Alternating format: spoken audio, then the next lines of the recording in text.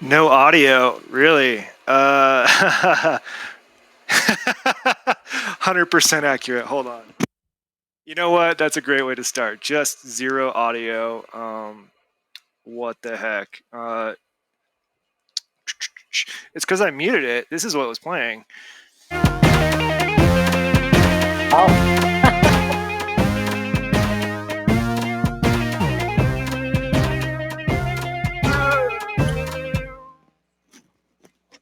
Oh, Can't barely reach the stop button with my headphones on. All right, sorry. you got like 10 seconds of it. It's all right. 5 seconds. Oh, God. Cool. All right. What the heck? Starting off with a bang. Yeah, I'm back and stoked about it. We have Isaac today, Mm-hmm. and anybody else that wants to join, ping me a few times, and I'll make it Yes. happen. Um, but we've got a lot to talk about today. First of all, Do. there's a big hole behind me. We'll come around to Mm-hmm. that.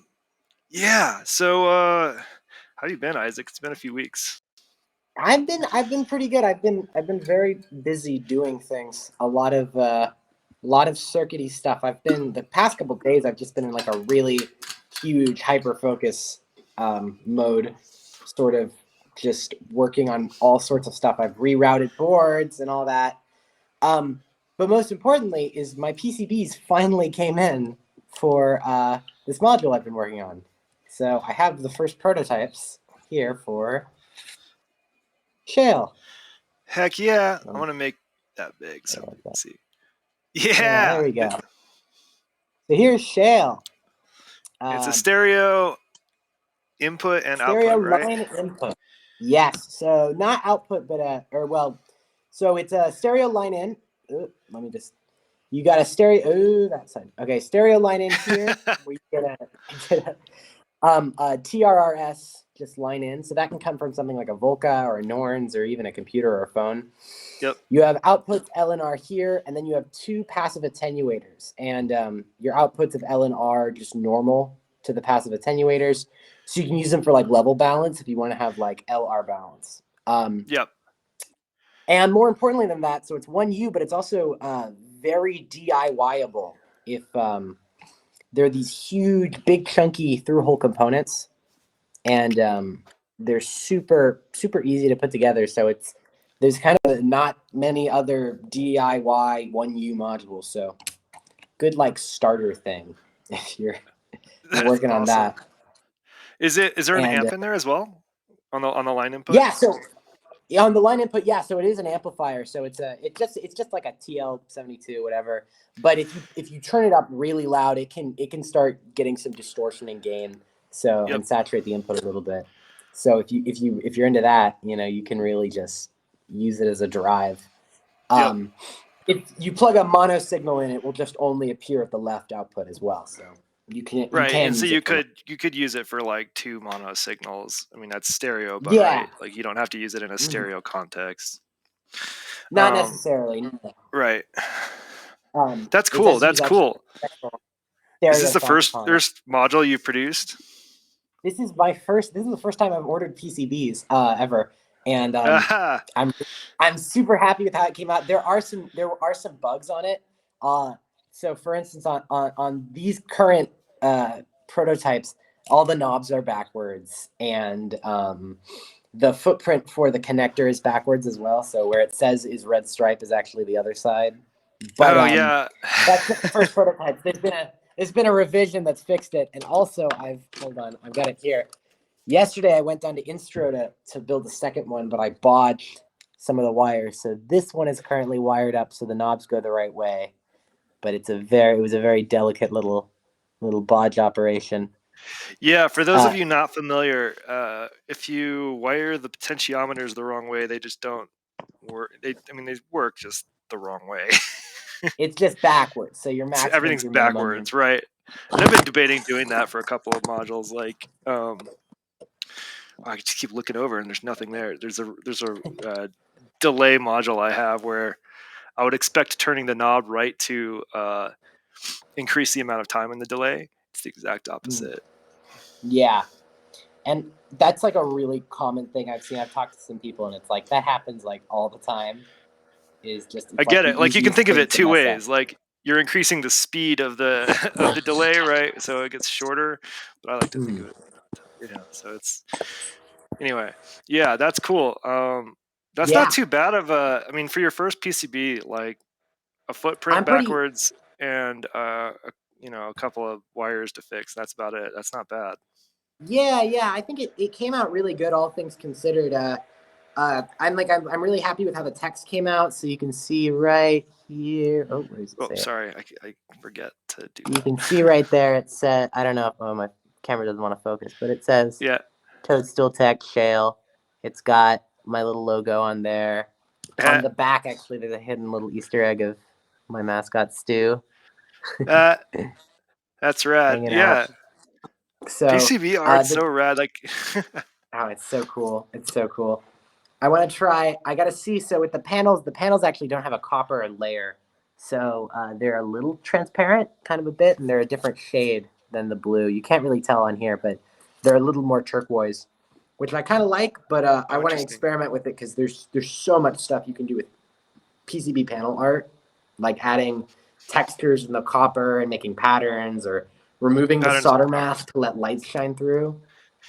Like Yeah, I really like. I forget which vendor has the transparent solder mask on black, which looks super cool because you get all I the know, really I cool know, copper. Winterbloom does that Yeah. for Castor and Pollux, but I also think a couple So other ones. Circuit City. Does Winterbloom use Circuit City? I Yes, thought so. I think Yeah, and so. there's I another one think so. like JLPCB or something also does it, but Yeah. Where you can just get them to remove it. Um, it's a pretty standard feature, I think, but yeah. it always comes out looking really cool. The Make Noise, no, not the Make Noise, Renee. I think some Make Noise modules might do it as well. Um, and the Maybe. newer ones with the PCB panels Yeah. start doing. Mm-hmm. Um, PCB But panels are the best. Like aluminum's cool, but I'm a big fan of PCB panels. I think they're a nice little. They're a little more flexible. They're definitely durable enough, and the artwork tends to be pretty boss. So they're really, I mean, it's really nice because you can order them at the same time you ordered your PCB prototypes in the same order. So like all three of yep, these things came in the exact same order, and it's like yep. that's just I don't have to worry about like ordering aluminum from another vendor or some shit like that. It's just a lot easier.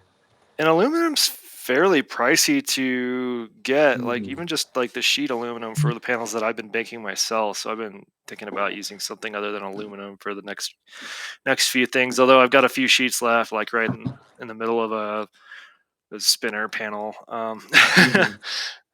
which will be fun. Yeah, But yeah, definitely. There's all sorts of things you can do, and you have to work within the constraints, but the constraints open up some weird possibilities. yep. Like you can get weird stuff with using the copper layer and then the pad layer and then routing things under each other. It's just all sorts of fun stuff you can do. Um, yeah. There's even a few. This is like embarrassing because these have been on my bench for a very long time. There's a handful of Cosmo modules that are, I think, rather unique in that the PCBs are all colorful, but the PCBs are the panel. So like, there's no PCB behind it. It's just a single PCB as the panel that also houses the components that are Oh a wow, combination of front and rear mounted.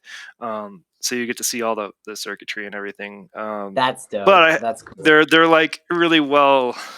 They're cleverly designed, and they use a mix of SMD and through hole Hmm. in weird places. Like some SMDs in between, like the footprint for an op amp or something. So like, Weird. it's a they're the ones that I've when I was talking before the show about losing some SMD capacitors. They're the ones I need to make another order because I don't know where I put them. Like I Yeah, you didn't got to get like one of those. lose the You got to get one. individuals. Like I just lost a pack.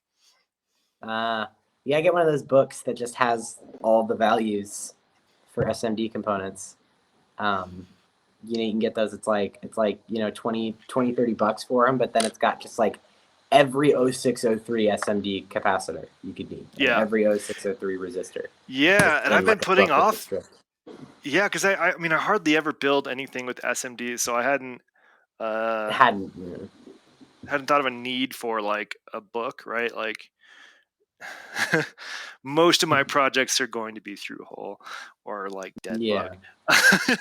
um, that's fair. yeah, so I probably should get a book, but like there's just so many weird specific components on these particular builds that I just ordered them, and it was should be okay. I don't know if I botched the order or what. Like I don't have the components for any. Like there's like 7 of them, right? Like 7 Mhm. modules, uh, and I'm somehow like I've built what I can on all of them so far, but there's like one crucial piece that I'm missing from each of them, all different. So Awesome. I don't know what I Yeah, was doing. That was definitely a dumbass moment there, probably during the order or after. I don't know. it's so I will easy to get them mess built. up stuff when you're ordering. I bought these when I got these modules. I bought these ferrite beads that are just Hmm. way too huge. They're They're giant. humongous ferrites, Yeah, and just because it's the only ones that Tata had. If you look up ferrite bead, that's the one that Tata carries, and yeah, so that's what I had for a while, but then I stopped using mhm. them in favor of like 10R resistors, just Yeah. because they were Uh, smaller.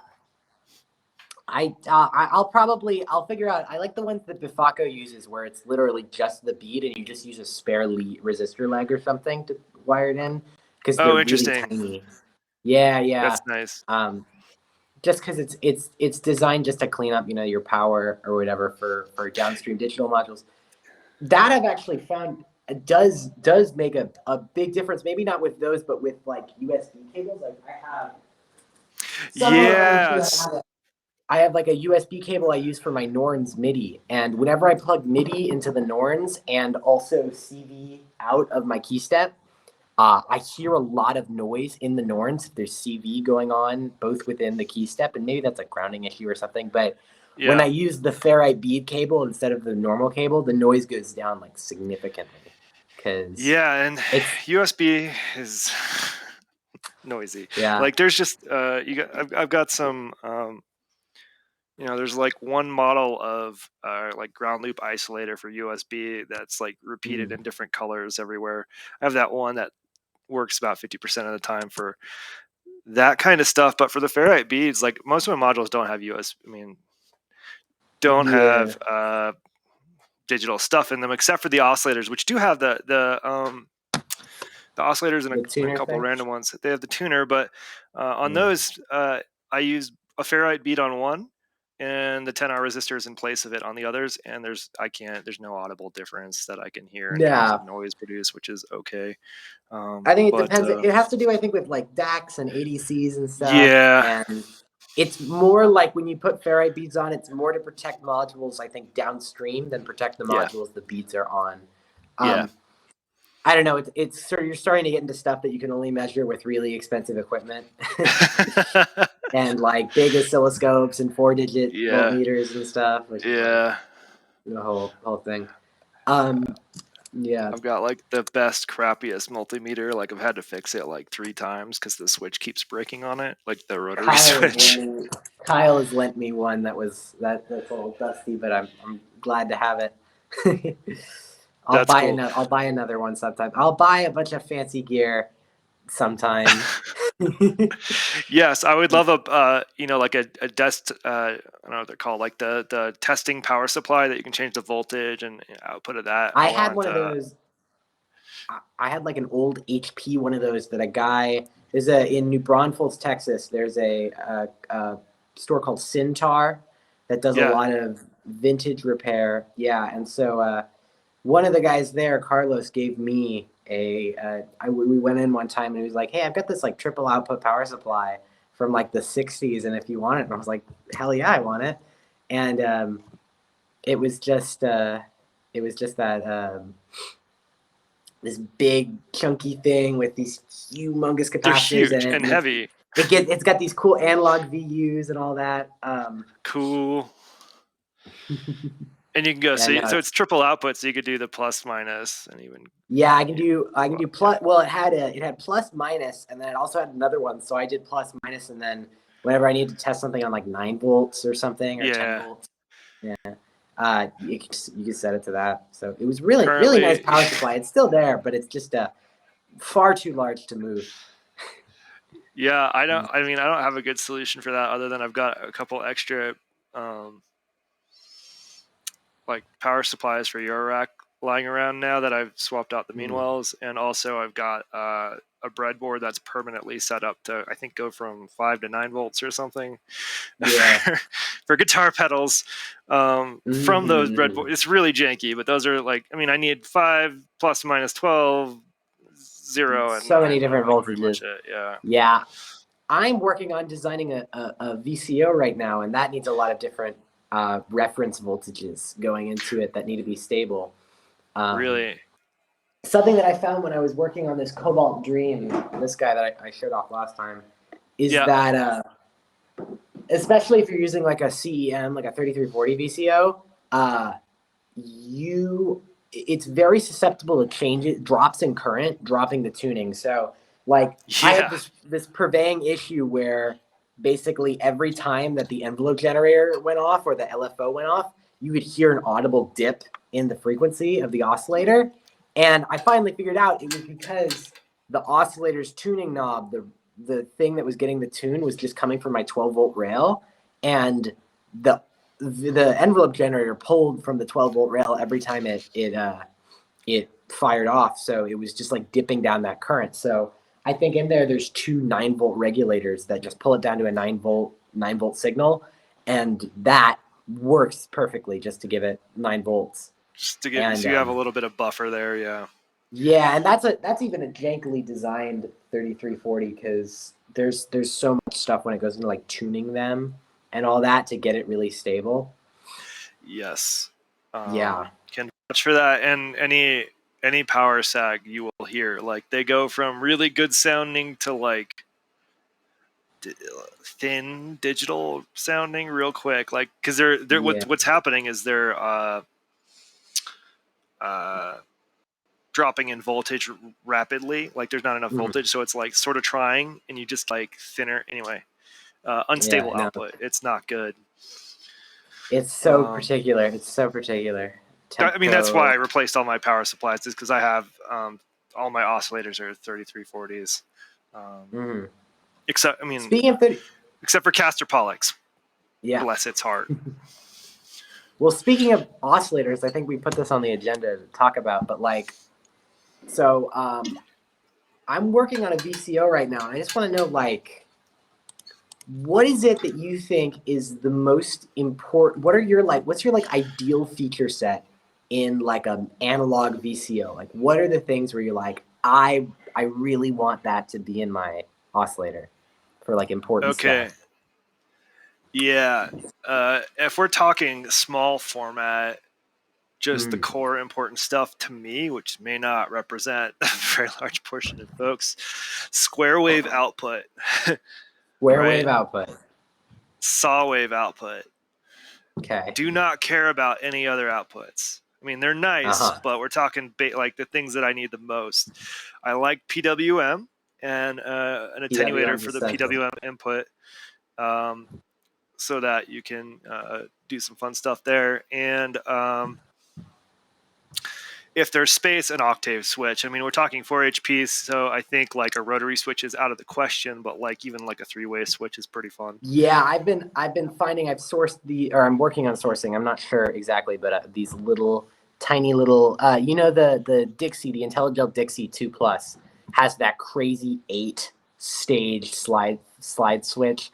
I found one of those that is only 4 stages that should fit in 4 HP. And I need to order some of them to see like if they feel nice and not really shitty, but and they need to go that fast. Kind of thing. Like that's the thing, right? Like if I wish this headphone cable was long because I could just do the thing, but like when you crank the octave switch through all the octaves possible while pushing down a key, right? Like you get really nice sort of sparkly effects. So it does a nice little arpeggio. And so that's the key for me, is that it should be like pretty durable, because I'm going to pound on that thing. Durability. Okay. Yeah. Good to hear. It's a shame. Yeah. Like rotary switches are so cool, but they need some torque and they're big. Like really, yeah. I don't know. You like can get There are some smaller ones actually that they make. They make one that is about the same size as like one of these like alpha potentiometers, but a little Yeah. bigger. But so I'm gonna see if I can maybe look at that as well. It's just how many knobs you can fit on there, how many things you want to cram in. Yep. I'll be right back. Just a second. Oh yeah. Oh, I'm just reading back the chat. Forenstein, yeah. Did I hang out with Kyle? We both live in Glasgow, so I go down to Signal Sound sometimes. And It's got me hi, fired up Wildcat, about rotaries. Yeah. This is a module that's like dual quantizer with it's got a digital audio converter on the back. But you can see there's those pretty much huge all chunky rotaries. huge chunky with maybe this angle's the best. You can see there's like a crown of resistors around them for voltage switching. Beautiful. Yeah. Yeah. They just take up a lot of space. Octave switcher. Yeah, I built in that, and then I want to devote a lot of the panel also to sub oscillator, because I personally love sub oscillators. Just the way they sound, like beefing up it's really nice if you don't want to like use like 3 VCOs, but having like a -1 and -2 sub just built into your thing adds so much oomph. You know? I agree, and I've got a couple sub oscillator modules, so I've played a lot with that. Yeah. I think instead of like a sine wave or triangle wave output, a sub oscillator down an octave is awesome. 2 octaves I don't really use as much. It's got a very distinctive sound to it. Yeah. It's definitely like a sound. I don't know. Yeah, and I think that's partially just how I use it, right? Like I typically have 2 oscillators per voice, and when you add that third sub oscillator, like going down the -2 octave doesn't play well. I don't know. Yeah. It's too many things. Yeah. But I think sub oscillator would be sick, and it's compact in terms of panel space. Oh, yeah. It's just I'm thinking, so I'm considering maybe I'll swap, because I have currently how it's rigged up is the plans are is there is a -1 to -2 like blend, so you can crossfade between having a -1 sub, a -2 sub, or a little bit of both. Yeah. And then a level for it in the mix. So the idea is that it would show up. There would be an individual sub output, but then it would show up at your mix output. So you could just have so you'd have a mix output. Okay. Similar to like the Castor and Pollux mix between the two channels. A little bit, yeah. Or any other oscillator that just lets you put a little bit into the thing, just because it makes it less complicated to route stuff. When you're patching, it's nice just to get an output and be like, that's your oscillator voice, you know? I agree. It is kind of nice. I find myself using that mix. I thought I would use the individuals and do more stereo stuff, but I like the mix. No, it's nice. Another feature that I'm kind of trying to source, because I've never seen it really per se. I think I've seen it one time, but working in a different way, but kind of instant tuning buttons. So I've got this plan for so basically it would be a button or a switch that you would hit, and what it would do is it would kill your main pitch knob and just lock your oscillator down to a bass note of your choosing by a trimmer, but calibrated beforehand, so like A440, whatever. So you would just hit that, and then you could not move it unless you bump it, disengage the switch.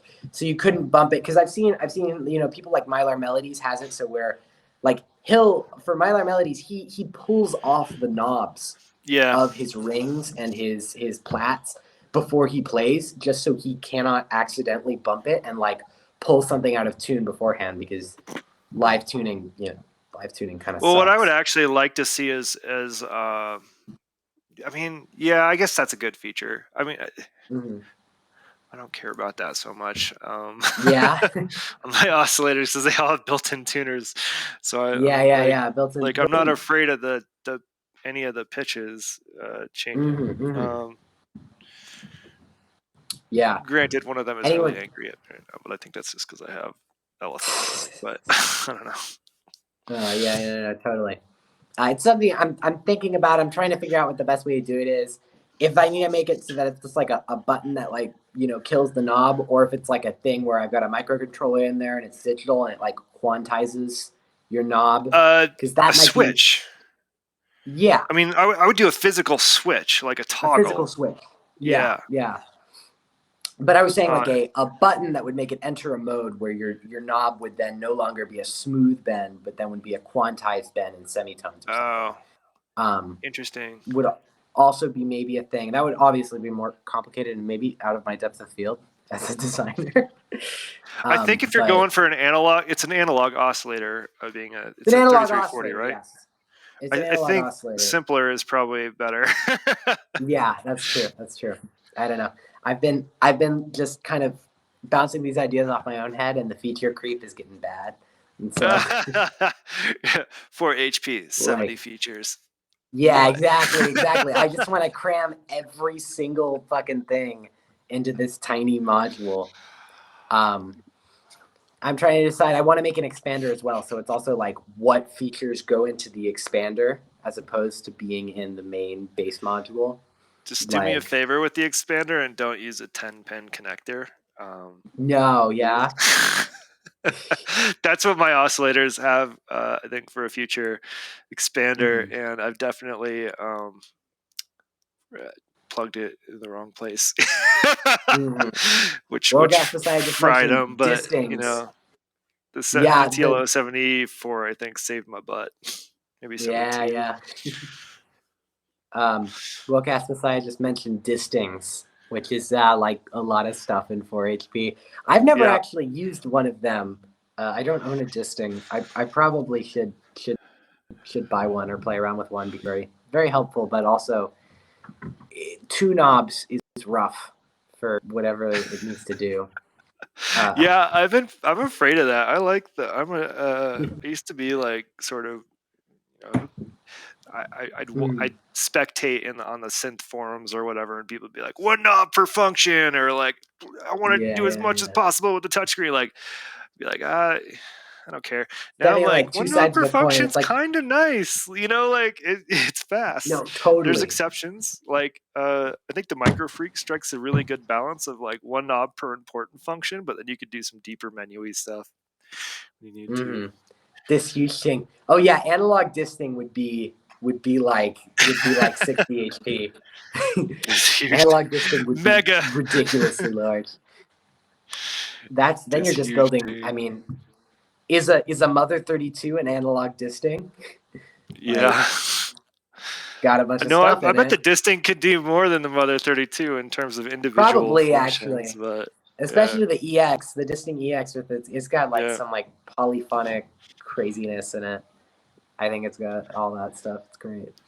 Um, It strikes me as a module that I would like to try out other modules, but then once I yeah, have it set as something, I would never touch it again. It would just stay as that's what I've whatever, heard. you People know. people buy it and then Yeah. they either never use it, or they'll set it to like one thing that they just don't have another module for. So they'll be like, oh yeah, this is now a logic module, and then just Yeah. like never get it off of that because you know I whatever. think Woke That's does what I that for a find. few things. I mean, a few folks I know that use the disting sort of do that, which is fine.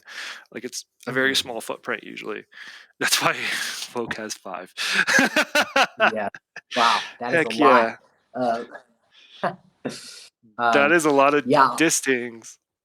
a lot of these things. Have you ever seen? I don't know. Have you ever seen the meme floating around where it's just that it's just only distings and it's like 6U 184 HP or whatever of just distings. That's so good. That's so good. Yeah, or the ones where it's just like rings and then clouds and then a maths or something. My Um, favorite of those joke systems, well, I don't even know if they're a joke, is that one by shoot, made it.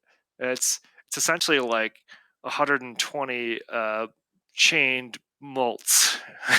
oh, the uh, system the th- system the the yeah, the yeah. system buffered malt by Moffensief.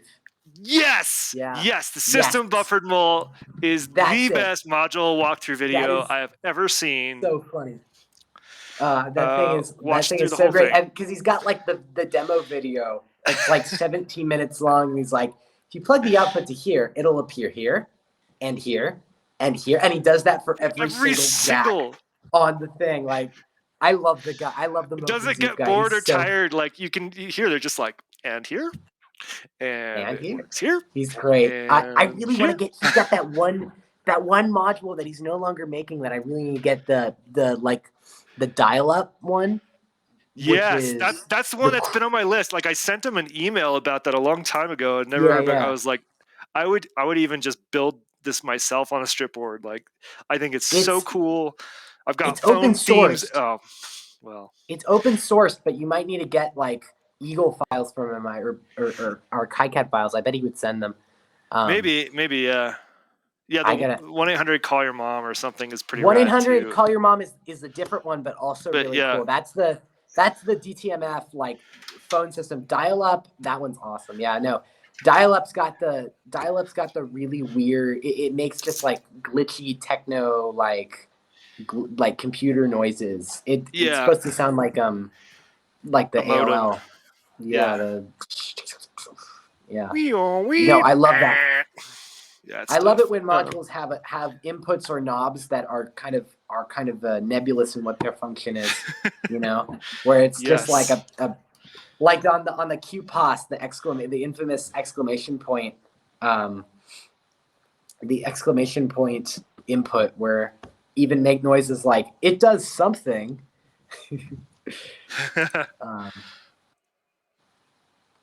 great. Sorry, I'm like setting up a demo here in a second. Yeah. I'm still here. I'm listening. I was just getting the phone ready. The phone. The phone.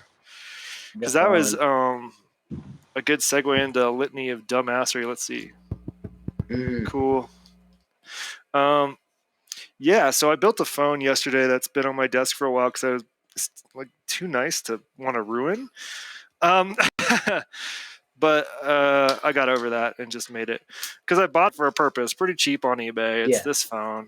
So an old, I don't know, G or something. It says Northern Telecom made in Canada on the back plate. But this is an added on back plate. There's actually another plate under it. So I'm not sure if that's just the back plate manufacturer of the whole phone. It's got this nice like harvest-y sticker on there, pumpkin or something. I love it.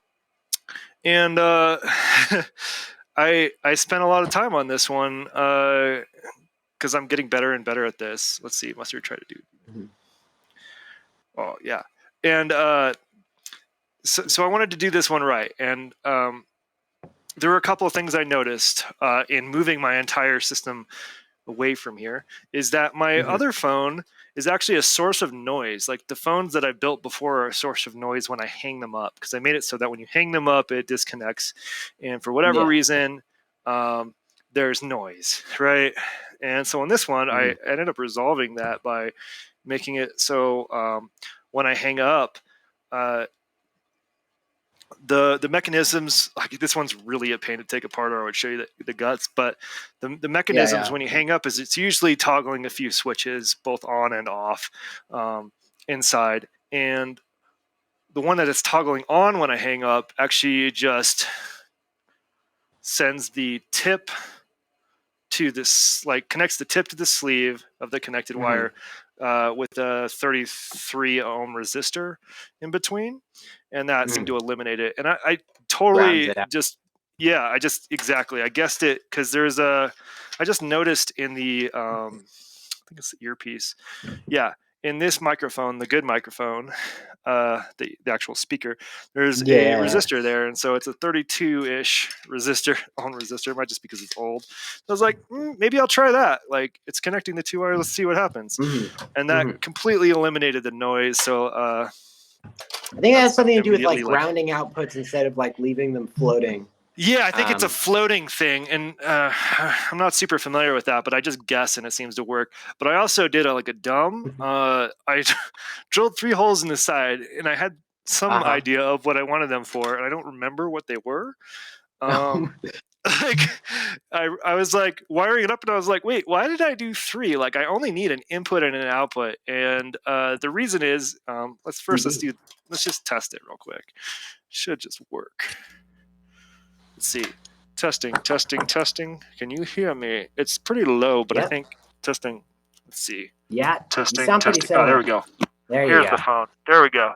Yeah, so there's this mode, and then there's like monster mode, which I'll have to crank the gain up a little bit. Just I think on 2. I might be. Let's see. Oh. Oh.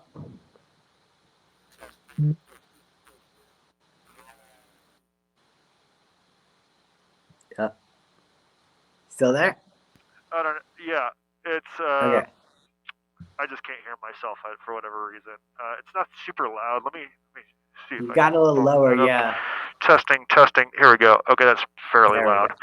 go. Yeah, so it sounds pretty good all on its own, and I did wire it up so that the phone goes to the stutter, which is Oh. pretty fun. Yeah, that's um, great. yeah, and so I figured I might as well normal the phone so that I can put a different input in there and run it through the stutter. And then I didn't know what to do with the last output, so I was like, passive mult. That Yeah, works. it works. And this should. That stutter effect is really cool. Is that it going through like the Yeah, rotary? yeah, it's going through the That's rotary. Hold on, let me change the camera angle and I'll talk. So, nice. yeah, it's pretty rad. Oh, that's awesome. That's Yeah, great. so I figure if it's got that, I might as well take advantage of it because it makes me laugh when I do it. And this stuff, the other one does like a crazy monster mode with the other microphone. I just haven't tested it with Cosmo yet, so there's some. It's much lower output level, so that's why I'm talking to the speaker and not the actual phone mic. Ah. It's also cool if you hold it like this because it's like you're the general or whatever in Battlestar Galactica holds the phone like this for some reason. Like Jonah Jameson from the Yeah. Sam Raimi Spider-Man movies. Yeah. Spider-Man. Yeah, exactly. So pretty stoked about this. Yeah, and it's gonna go on the right side of that top box there because you see it's how it's a little less wide. Yeah. So it'll fit right in there. And yeah, it'll be fun, and it'll be my primary microphone live. I think. I'm not even sure I need a filter. This one sounds pretty megaphony already without any effects. Yeah, I mean, it already sounds like a very bandpass E. Oh, and the thing I wanted to show is when I hang up. Oh yeah, that's super no fun. Additional buzz. It would sound like sort of like it sounds sort of like when you have an unplugged cable and there's a lot of buzz. Oh yeah. Or something. Yeah. Yeah. I know. It also picks up some magnetic interference here and there. Like I was putting this near. I had it near my soldering iron, and for whatever reason, my soldering iron puts off a lot of that. Yeah, that happens actually. There's a lot of ground noise in soldering irons and power supplies and stuff like that. Yeah. Yeah. So stoked about this thing. All I got to do is mount it. I was gonna do more. Like there were bells inside it that are really nice. I ended up removing them. I also don't know if I can ever take this apart easily because to actually get the black plastic case off, you have to take this tab off at the bottom, like push this tab in at the bottom, and it'll sort of unsnap. But then you have to go around this piece and around this, and there's these jacks sockets which are huge. If you've seen these quarter-inch jack sockets, and this on the side that's sort of looped behind this, so like it's hard to. I have to like sort of unscrew kind this of a closed thing. system. Yeah, so I like got it closed, and I was like, well, that's it. Because I was hoping to do more. I think if I switched to 1/8" or 3.5 millimeter jacks, it wouldn't have been a problem. But yeah, I don't know. The more you learn. Anyway, the more you learn, it's a learning. Everything's a learning experience, you know.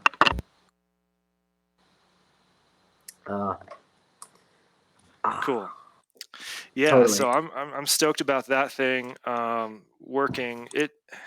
And I'll share like a crappy drawn schematic I made of how to avoid the The noise noise. issue. Because if I'll just plug this in for contrast, my OG phone, and I'm gonna make this change on this phone too. But let's see, you to you, and then unmute.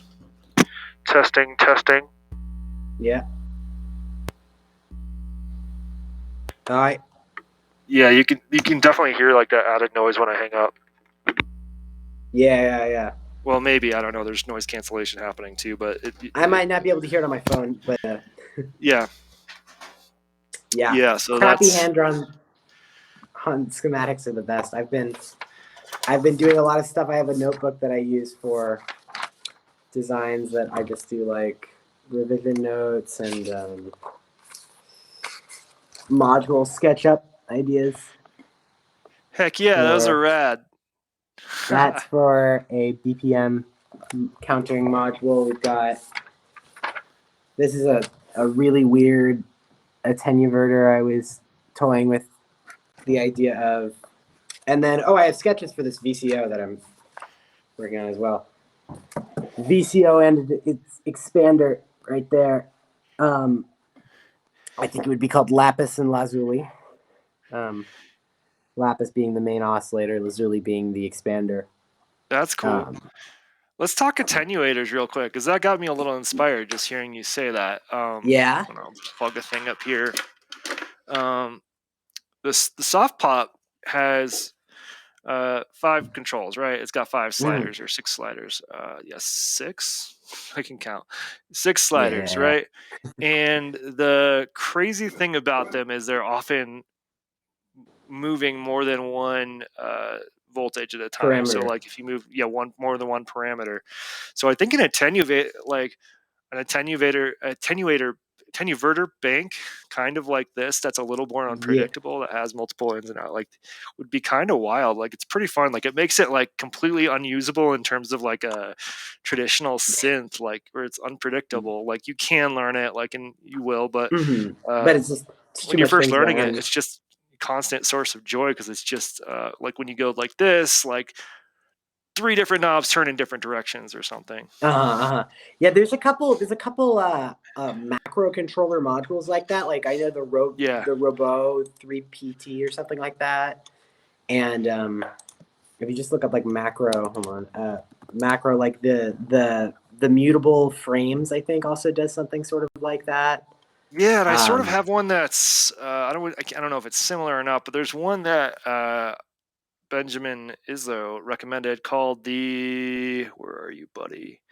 The ADAC Systems ADAC 306, which essentially lets you has 5 sort of control, like 5 sort of voltage sources, and then you can control them all with a single slider. That's awesome. Like, they can all, so they'll all move at different rates and things like that. Which is pretty wild. That stuff's super cool. Yeah, no, like weird macro stuff is interesting. And like I've been working on like an attenuator that you can chain and make like an attenuator bank, but that's more just having a lot of separate attenuators. Like having them all having multiple tied together is tough because it requires like a lot of VCAs, I think. Yeah. Because that's how you would do that, is you would make it so that you have one voltage source going to controlling a bunch of different VCAs, and they would all get the CV in different ways. Yep. You know? Yeah. So you could do the same with just like like a big VCA bank, and then like some gate logic, invert offset stuff, but another kind of cool thing I've seen with baked in attenuators, attenuverters, and filters is I have a filter called the GUR filter, which is I don't think it's technically a filter, but one of the cool things is it has a built-in VCA or a built-in, I think a VCA for the cutoff knob, Mhm. and it has an attenuator, so you can send it, a pretty basic envelope, like with quick attack and a bit of decay, and completely invert it really fast. It's pretty cool. Yeah. Oh, that is nice. Yeah, yeah, yeah. And again, just My like the wow yeah, sound. my my Polaris has just an attenuator, but I can't control the attenuator. But yeah, I was thinking that's actually what that attenuator module. The idea would be that it would be. Oh yeah. Sorry. No. So yeah, the idea would be that it would be like an attenuator where you can change the position of the attenuator and also whatever signals going into it simultaneously. Oh, And it interesting. would have like a graphical display.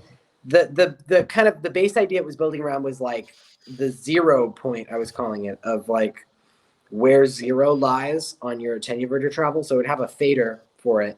And normally, if you have an attenuator, 0 is in the middle. Yep. And if you change it to an attenuator, then 0 goes to the bottom. But my Okay. idea was, what if you made it so you could press a button and it would swap? It would just like bring your 0 to wherever that is. So it would make it so like you could have like a really short little travel at the top, but then a longer inverted travel. And then if you could gate it placing that down, so you could move this knob up and down, and then a gate would like change it, and how that would interact with CV. That It could be could be fun.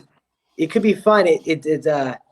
I kind of hit a roadblock just trying to visualize like how you would do that per se, but it could be weird and wild. Just getting like super bizarre modulation. It's just kind of like a way to take like 2 or 3 signals and combine them together into one super complex weird signal to control stuff with. That's cool. Yeah. Yeah. The 0 point thing's interesting. I'm trying to Yeah. It's like would weird to you think about. change it to be like exponential isn't the right word, but like if if it's this tall of travel, right? You change it so the Yeah. 0 point is just a little bit here. Would this little bit of range do the entire positive range, or would it just limit the positive range a little bit and actually It have would a be the deeper entire negative range? positive range. It would be the Oh, entire interesting. positive range. So that would be the idea. So you could do like really tiny little movements to get really, really big things, and you could change that super Or the fast. opposite, if you wanted smaller changes, you could Yeah. drop the 0 point pretty much to the bottom and just have like a And then you just yeah. yeah. And then if it's going down, it would just make it. If you saw it in a graph, it would be like or something like that. You could it would make weird curves, messing with the curve at which the knob moves. Kind I'm of. also thinking it would. I want to know what it would sound like to, like, let's say you have it hooked up to a filter, right, or something. Like Yeah. filter is easy to visualize, and you're just moving it like crazy while slamming the like set 0 point button. Yeah, Um, totally. I have no idea. I really want to hear what it would sound like, so I just have to build the damn thing. It would be cool. I mean, I imagine you could get weird like pitch thumps kind of if you had it so there was like a really small little travel at the end and you just have like a yeah, kind of thing, and then it would go that's down cool. lower. But I don't know. It's just another like weird idea that I've been kind of toying with. I don't know. I got to You get got better like at coding pretty stuff ambitious because ideas, which are cool. yeah. Like I don't know how you're gonna do that oscillator, but I don't know how I'm gonna do the oscillator either. I'm working on it. I'm working on it. Once I get some parts to sort of start experimenting, I can see like how feasible it would be per se. Because right now I'm just sort of laying things out in KiCad and drawing stuff. But it would be like, would that be even possible? I don't know. A lot you can do with yeah, surface mount stuff. It gets really small. I'm really inspired by that. You've seen that the Steve's MS22 filter, which is I a really want that filter. ridiculous module. It's so cool. It's so cool. But if you were to build it yourself, it has like 5 PCBs that are layered on top of each other. And so Oh, I'm I know. guessing a I took a project look like at it and I was like, that's a deep filter. it's a deep ass module. But it's just like that's the kind of thing where it's it's such a wild, weird. Not what am I saying? Sorry. It's a lot of things that you're packing into a really small package, and so you kind of have to think about it like that. So I'm trying to see if I can limit how many parts I use because you know there's only so much you can put in 4 HP without making it 40 millimeter 50 millimeters deep. Hey, I I've don't know. got 20. I've got 20 centimeters to work with behind that panel. So There you go. There you go. Yeah, I've got some pretty deep modules. My well, I think my deepest thing actually is this DIY SEM oscillator because it is just a piece of it's an uncut piece yeah, of it's strip just board. it's an entire strip board. Yeah, I think I'm trying to think what the.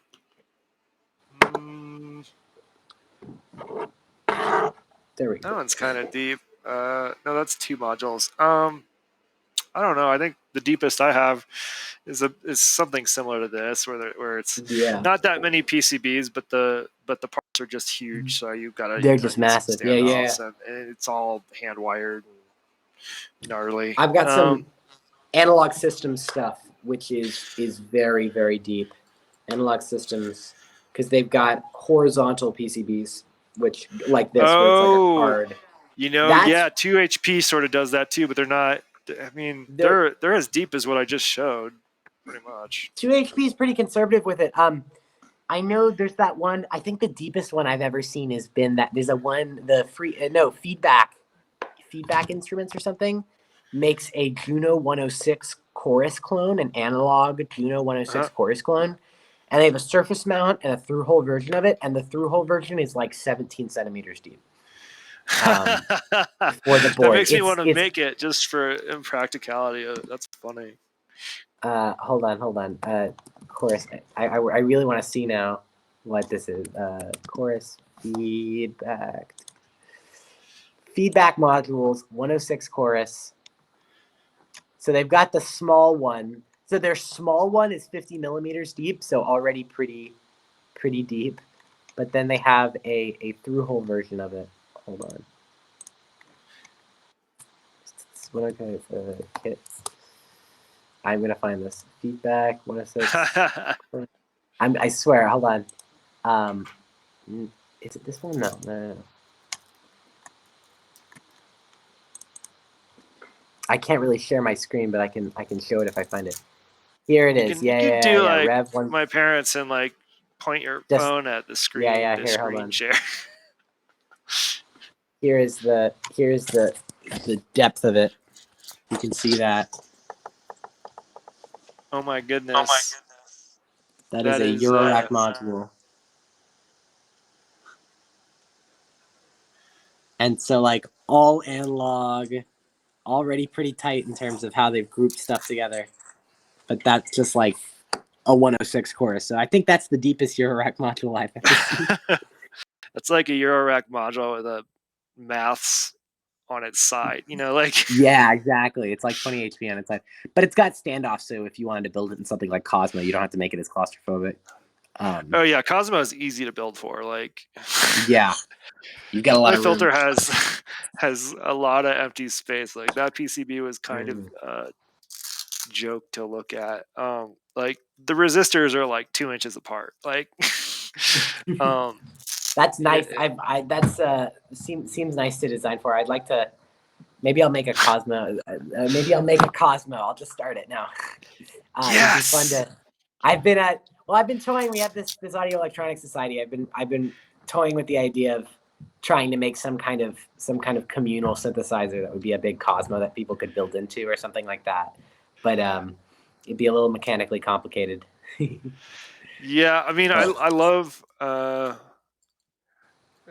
I will dish out more money for shipping for Cosmo modules because they're like there's nobody's making them like professionally. Yeah, they're uncommon. It's definitely like they're like little art comical. pieces that also do really cool things. So like I if you make a Cosmo module, I will definitely pay for shipping and module and whatever. I'll see. I'll look into making a Cosmo format stuff. It's cool. It's nice. I mean, you do get there's a big difference between using any of my Eurorack modules in a Cosmo module just because of like the control size difference. Like toggles don't That's really matter, but like the actual knobs for like fine tuning things are bigger. mhm. Like the filter sweeps, The the quarter-inch rotary jacks are the switches. thing. The quarter-inch jacks are the thing that would put me over the edge, just because I love quarter-inch jacks. They're really nice. They're so Just nice. I tonk, do like unplugging the 3.5 millimeters better than the quarter inch, because quarter inch I have to like place a hand on the thing and pull and then like just yeah. because I don't want to tip the whole thing over. But yeah, and I've seen some Cosmo builders opt for 3.5 millimeter jacks instead. They'll just wire Really, them up manually. Yeah, seems I that seems like like my that big seems old like chonky most of jacks, the but appeal for me, at least. That would yeah, be I my major thicker draw. cables can carry more sound. Everyone knows that. Yeah, Uh, of course. It's a um, beefier sound because it's a beefier cable. yeah, I mean your oscillators would sound thicker if they just use quarter inch jacks. Uh, yeah, I have a. I think did I take it out to the garage? I think I did. Um, yeah, quarter inch jacks are really convenient. I mean, I like working with the cables. Like I will buy like I'm probably gonna get a few more of these like 6 foot yellow cables just to chop them Yeah, up. Because it just because cost they're me almost the same for like the individual components than the cables themselves. So that's why yeah. I I get mean, well, you cables. probably don't run into that whole issue of Eurorack cables where they're so small and spindly that they don't droop very nicely sometimes. Like they'll Yeah, I mean, it's this. I mean, I would put it in the same because they are thick yeah. cables. Like if you look, like you can see, like some of them do. That's not a great angle, but some of them do stick out a fair amount. Like this Uh, one sticks out. This one, and that's fine. Um, mm, but I don't mind. There's so much airspace in there. Like when I've got the Eurorack stuff fully patched up, like it's hard to get to controls. Whereas things are so far mm. apart in Cosmo, I can just like whoosh through cables and get where I need to go Yeah. fast. So I really like the miniaturization, which is definitely a point of contest. I found people are, I'm friends with kind of Derek Holzer, who, if you've seen the Benjamins like Macumbistas, he yeah, yeah, makes a yeah. lot of those and a lot of video art stuff. But I've talked to him about that kind of thing, and he absolutely despises like close together fiddly controls with Eurorack. And I see a lot of people who are like, I hate it when people make like really small HP modules that have the like nothing but trim pots or whatever. But I'm maybe on the opposite end. Like I don't like trim pots per se, but I do like really really dense, really tight controls together. But that's just because I like having as much functionality as possible in a really small footprint. Like I really like the Pico systems are really cool. I think the Erica Synths ones where it's just like a whole synthesizer and it's like this big. I mean, I agree. That's Um, why. I mean, I will continue throwing my money away on little tiny Bastel devices, not necessarily Eurorack modules, because mm, until recently I hadn't had a great setup for more Eurorack modules. But mm, yeah, I think you can have. I think it's just about the design, right? Like Forrestein's got a mm, really good point. Um, like it's I think folks aren't good at analyzing why they're frustrated with something. They just know they're frustrated, right? Like, and if you yeah, get frustrated when you use things with lots of dense controls, you assume, that's how you associate it with they're that. just bad. Things with dense controls are bad, Mm, right? Like, and the Icarus is an extremely solid example of a module with a lot of controls, a lot of outputs, a lot of inputs. Um, that like I never hit the wrong knob. It's mm. just spaced well enough out that you're like it's fun to use. Like there's Yeah, no but there are a bad lot stuff of with stuff that. packed into that module. But that's not specific to Eurorack. Like even in Cosmo, Mm, like I found if I put specific modules next to each other, like a couple of like uh if I have my envelope generators next to like the LFO, like the knobs are just yeah, too close together. Like they're almost touching. yeah. So it's part of its placement. Like if I had a 2 HP module that's nothing but trim pots, I'd put that next to a module that's not necessarily got controls right to the edge. I've got this guy here. This is, I think, the first time I've really been seriously annoyed. I think I'm gonna try and maybe sell this thing, but this is a nonlinear circuits Sly Grogan, right? Yeah. And you'll notice lots of space. Actually, this TB is a fair bit smaller than it needs to be. There's a lot of room actually in between the rails. So, but if you look, these knobs, like this one especially, like just with my Right. fingers, I can only turn it from the side, and it's really annoying just because they're big knobs, but they're just spaced so close together. Yeah, you'd almost be better off without the fancy knobs on top of the pots, right? Like, I regret doing this. So when I bought it as a full complete kit from SynthCube, and yeah, it came with smooth shaft pots. But if I put T18s on there, then I could have used like the Bifaco micro knobs, which I think yeah, would work a lot better because there's just no room in between there. You see, like right. that's ridiculous.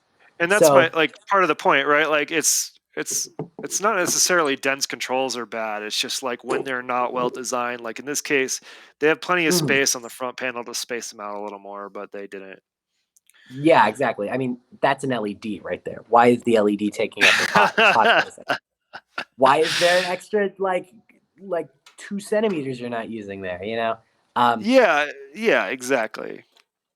I don't know. Um, This was fun though. It's SMD. It was an SMD kit, which is the fun part about it, I guess. I did it because I just wanted to put together a surface mount kit that came with all the parts, and the NLC ones from SynthCube do. that came with all Pro the tip: parts.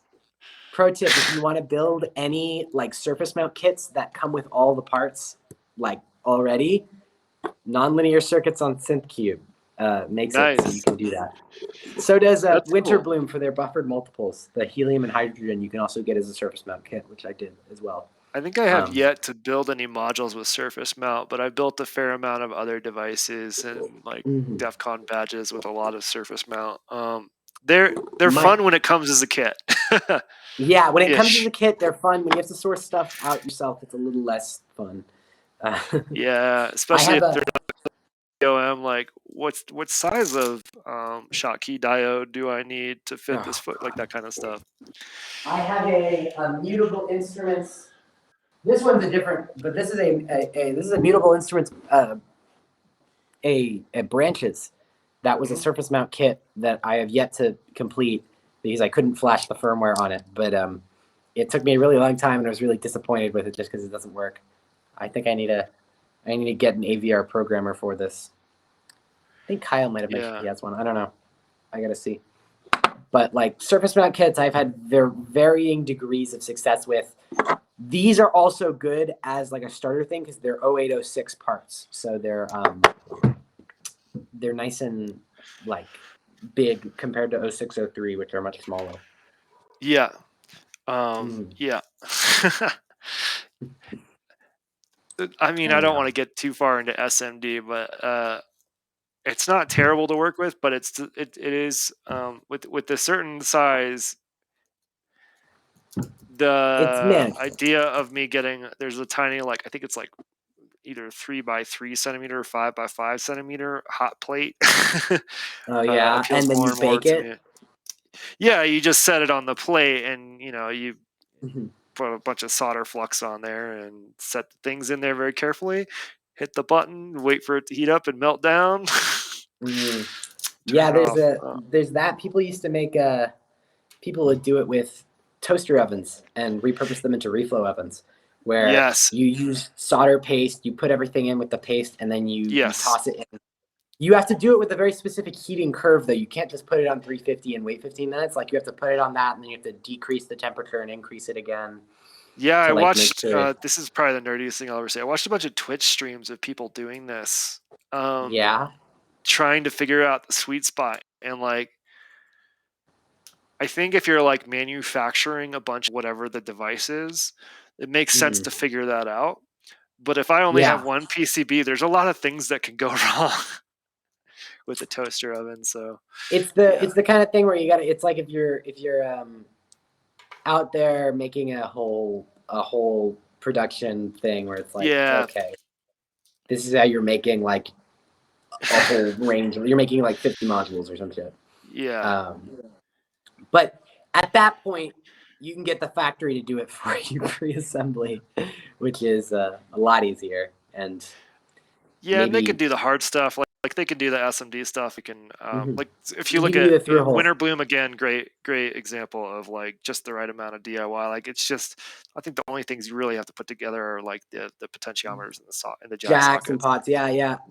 Well, that's actually how a lot of people's production chains work, where they will a lot of manufacturers will make it so that they'll send off and get their boards back, their SMD pre-populated, and then at their place, like Instro does this, for instance, where they will hand solder and calibrate everything themselves. Yeah. And then do all the through hole components and all of that. The through hole stuff I find pretty fun, as long as I don't. I mean, I actually hate sourcing the components, but once I have the components, I have a lot of fun. Through hole stuff is fun. I think surface mount stuff is fun too, because surface mount has some advantages. Like with surface, you don't have to cut off all the leads.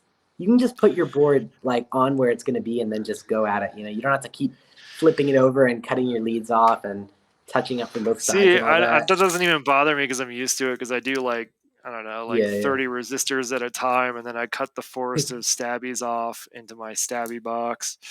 I have a bag of those in Texas. There's just like my biohazard, awful, do not release into the wild bag of metal waste. Yeah, I had to tape up the corners so that it wouldn't slide out the sides of this box. But like, I would say it's about this wide and about this deep. Oh, I can't see your video. Oh, geez. I've had you big the whole time. Not the whole time, but a long time. It's about this big and about this deep of just the legs of all of the components, nothing else but legs. And it's like kind of scary to reach in because every once in a while I'll be like hunting for like those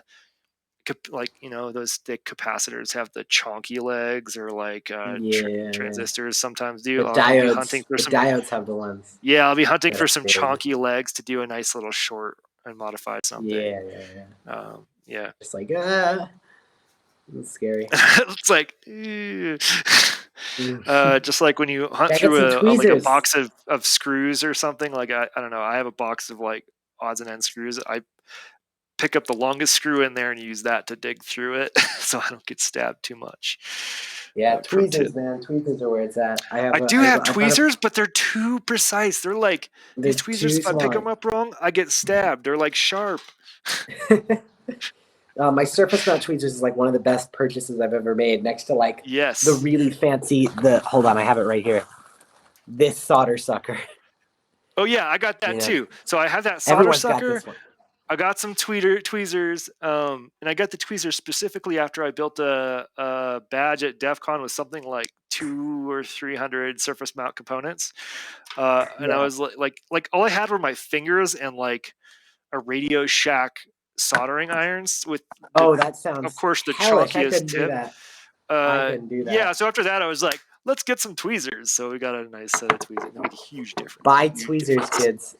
Buy tweezers. And like you can get like the multi-pack, on whatever for it comes like $6 of them for like $8. Yeah, we got like 20 and they're all stabby. Except for one, which I leave in the kit for when we're traveling and stuff. It's pretty handy to have that wider one where it doesn't stab me. Yeah, I mean SMD can be fun in the right circumstances, but you got to have the right. SMD can be fun.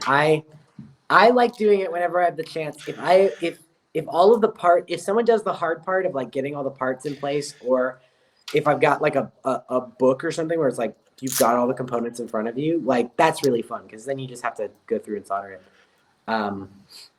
It's also nice when you have so like another part of this NLC. I know I was just like shitting on this module and now I'm kind of boosting it, but it's mostly just the kit part of it.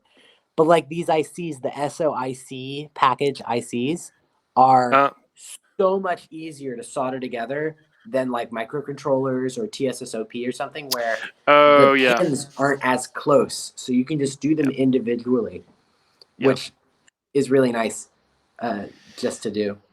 Yeah, I've done some microcontrollers SMD that are you. I don't even want to take off the panel of this thing because it's the Yeah. grossest, gobbiest mess, and I just barely doesn't short itself out. I think. I don't know. Actually, you know what? I don't know I if don't this think that's a module bad works or thing. not. I think like a lot of people do that. Like I mean I do Mm, notice bad soldering now that I've done a lot. But mhm. I got this GB303 Game Boy cartridge that is essentially Yeah. like a little synthesizer with 3 potentiometers that stick off the top of your Game Boy. Oh Um, shit, that's cool. and there was tape over the back of the potentiometer so that you didn't accidentally like uh, use your fingers and change the value. But I took the tape off because I thought it looked cooler without the tape. And I Mm. immediately was like, "Oh, I'm judging your soldering so bad. I'm sorry." Like, it's all right. I can always solder it nicer if it really bugs me. But Oh, this thing is cool as yeah, hell. Oh, here, this person's got it on an analog pocket. yeah, that's what I have it on. Oh wow, I don't think.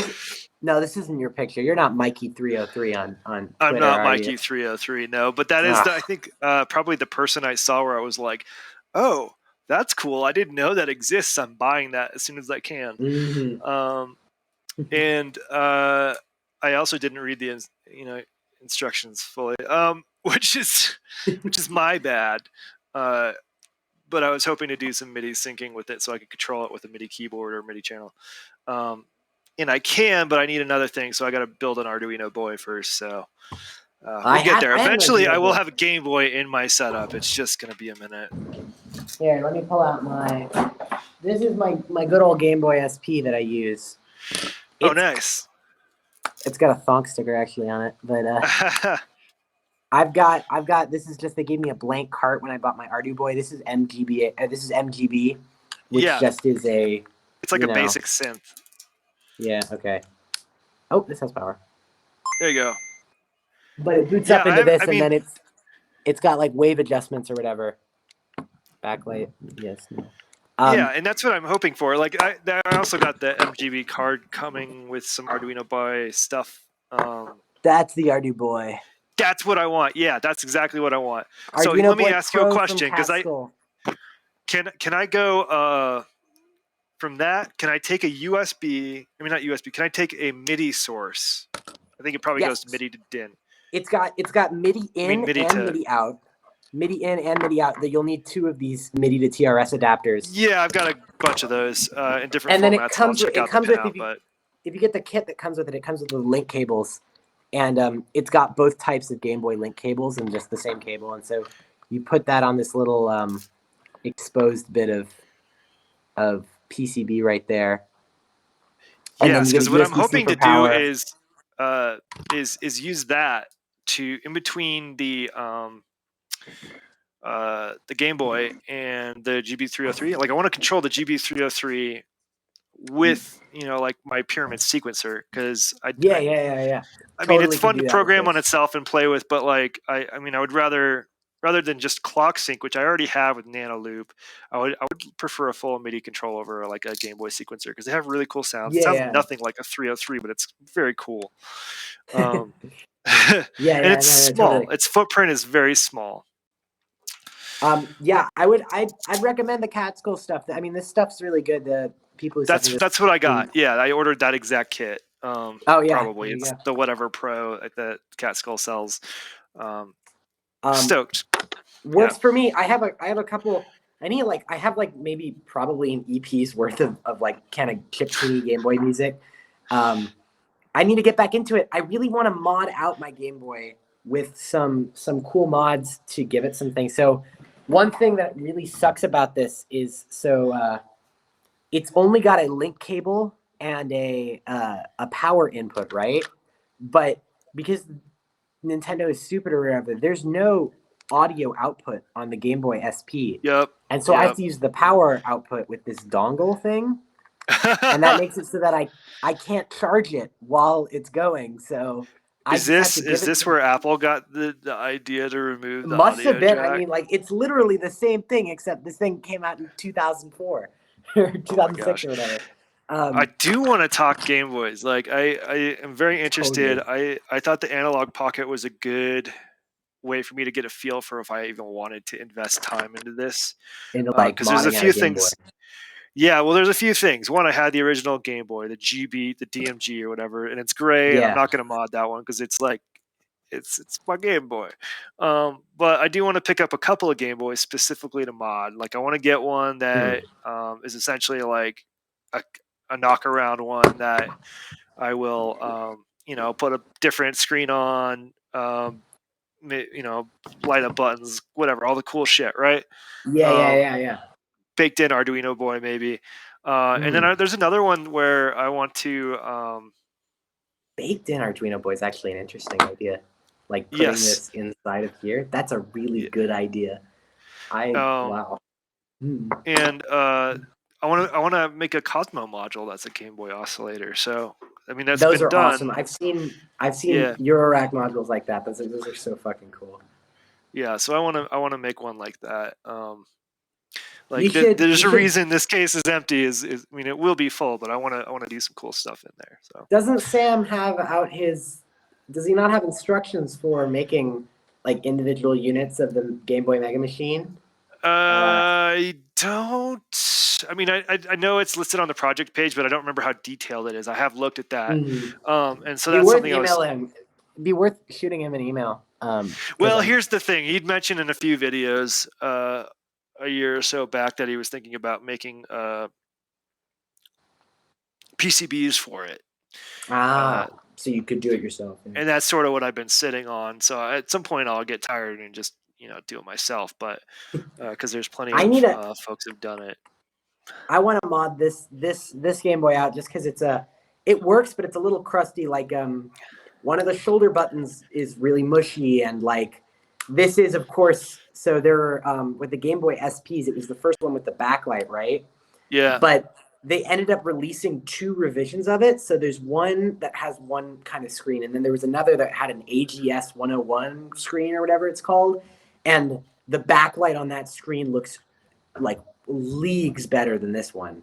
So Oh, interesting. people will buy those screens and then upgrade it into this, and then like a new shell because it's all dinked up and stuff. So there's also a mod. There's a mod that they're working on releasing called the Thick Boy SP.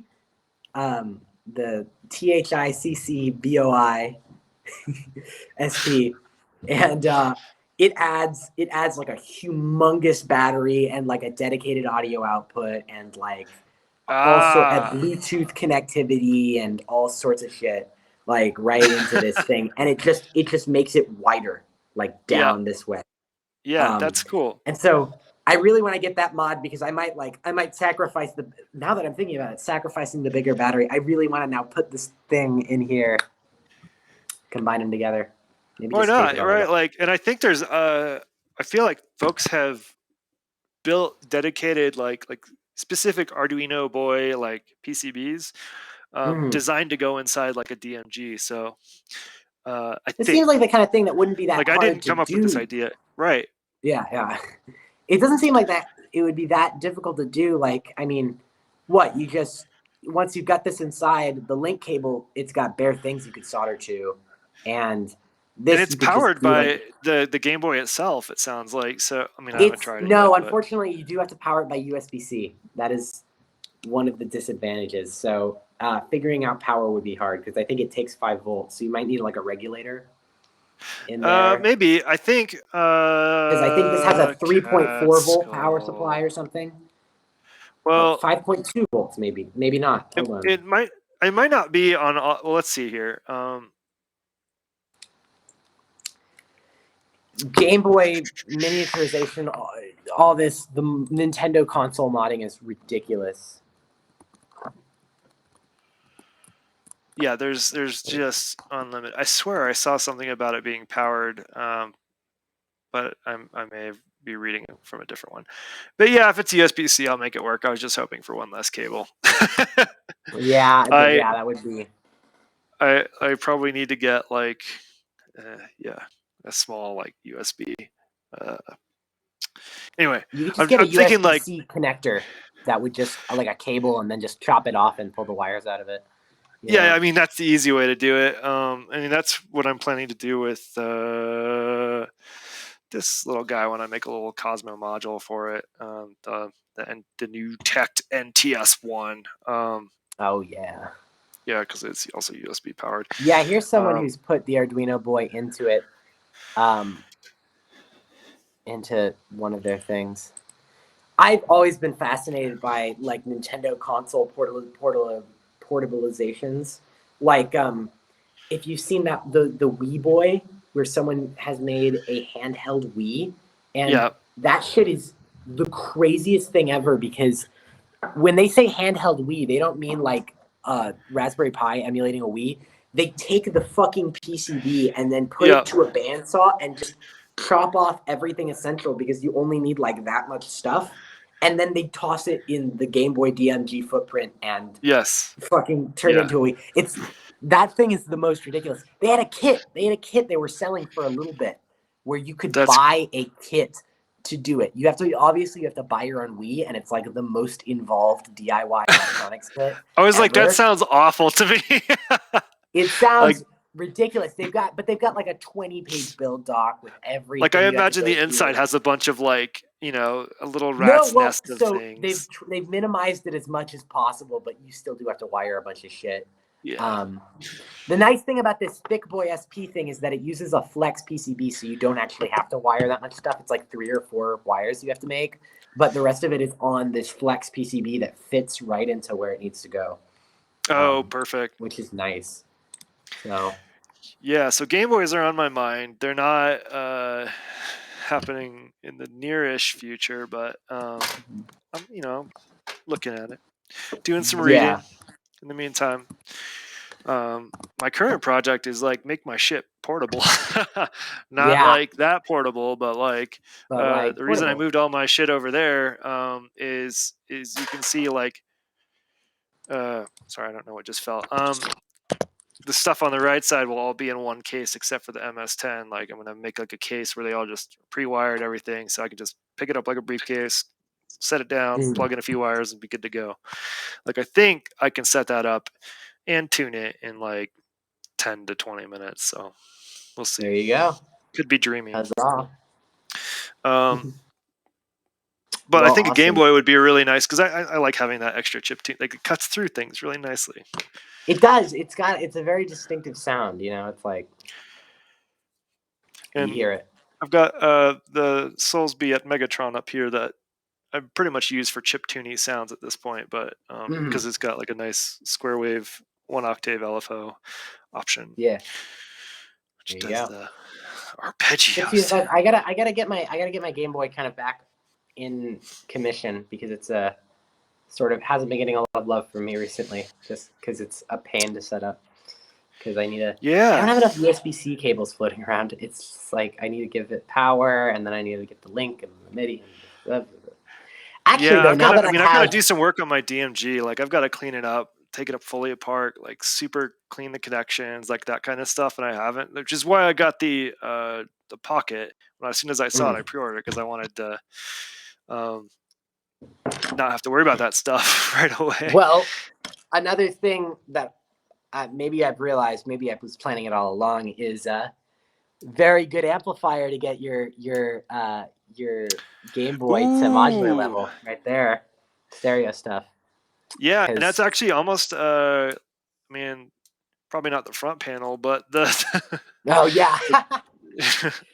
but the If back you want one, PCB you can might be have one good of for a these. thin Cosmo module. Like how tall in centimeters is the 1U module? This guy, it's hold on. If you were to 4 do it inches, in I can do that. if you were to do it in HP, it's about 20 HP, but centimeters. Hold on, I have a ruler. I have my Well, no, PCB just ruler. how I'm looking at how tall the 1U part is, just like the 1U Oh, the 1U part height. of it is, that's inches. Hold on. Oh.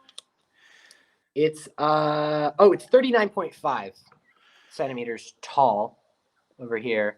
3.95 centimeters. And if you're going wide, it's about 10. a little more, 10.1. So 10.2. 3.95 centimeters tall. Is that what you said?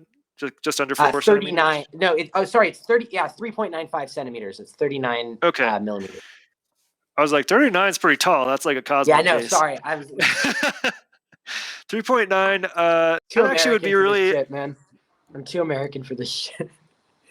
Yeah. So my I can't. smallest Cosmo modules are 2.5 centimeters wide. Yeah. And I think probably that back PCB could work for that. Not just because it's much taller, so I can space out the jack. I could make that into a nice little. I'm not doing much with these PCBs. If you pay shipping, I'll just give you a set of Well, them. I think I have to wait for a few modules because shipping is the thing. Shipping is definitely the thing. Yeah. Shipping is the thing. And if you want to DIY it yourself, also, it is a very easy thing. It is just a TL72. Oh. There's actually this is stereo, so it's actually a TL74. It's one TL74 and then 10 resistors and 4 capacitors, plus Yeah, all that's the pretty power rad. stuff. Yeah. So it's That might be a pretty fun easy to little do project. because it's based on actually the schematics. I'm going to open source the whole thing once I get the next revision. So I'll post schematics and CAD files and all that. If you That'll want make to it look at easy it. because then I can just bodge a strip board together and use my. Totally strip Yeah. boardable. Totally easy to strip board. It's based on the initial schematic is kind of the same as like it uses the same values as the Bifaco in amp. It's the same kind of thingy going on, but it's a really easy DIY. It shouldn't be hard. So I recommend it. The hardest part is just getting like a stereo jack, basically. Or if you want to, you could just do with. all of my 1/4-inch sockets are stereo. Oh, really? Oh, there you go. Switch stereo. Yeah, all of these that I use are. You can see here these big old chunky black. Those are all stereo mods. Oh, wow. Stereo switching, so they all have the option. Like I can use them normal, or I can do all sorts of fun stuff. DRS, with them, yeah. so. I have one of these little HOSA adapters that goes from stereo mini to Yes. mono if I need that. I do too, and I actually want like a different. I want this with all males. But all male ends, specifically for when I'm doing stuff on my Cosmo. But yeah. You can get it. You can get it, definitely. Yeah. I just got to go find it. It exists. Yeah. Instead, I'm like using adapters into adapters. Yeah, I'm gonna call this because we've been going for an hour and a half, but I am gonna actually play music for the outro. So I'm gonna unmute. Yeah, let's get the audio in this time. Undo that. Let's see. Okay, we've got some audio. All right. Thanks for watching, everybody. Yeah, thank you. Play some music over in the corner.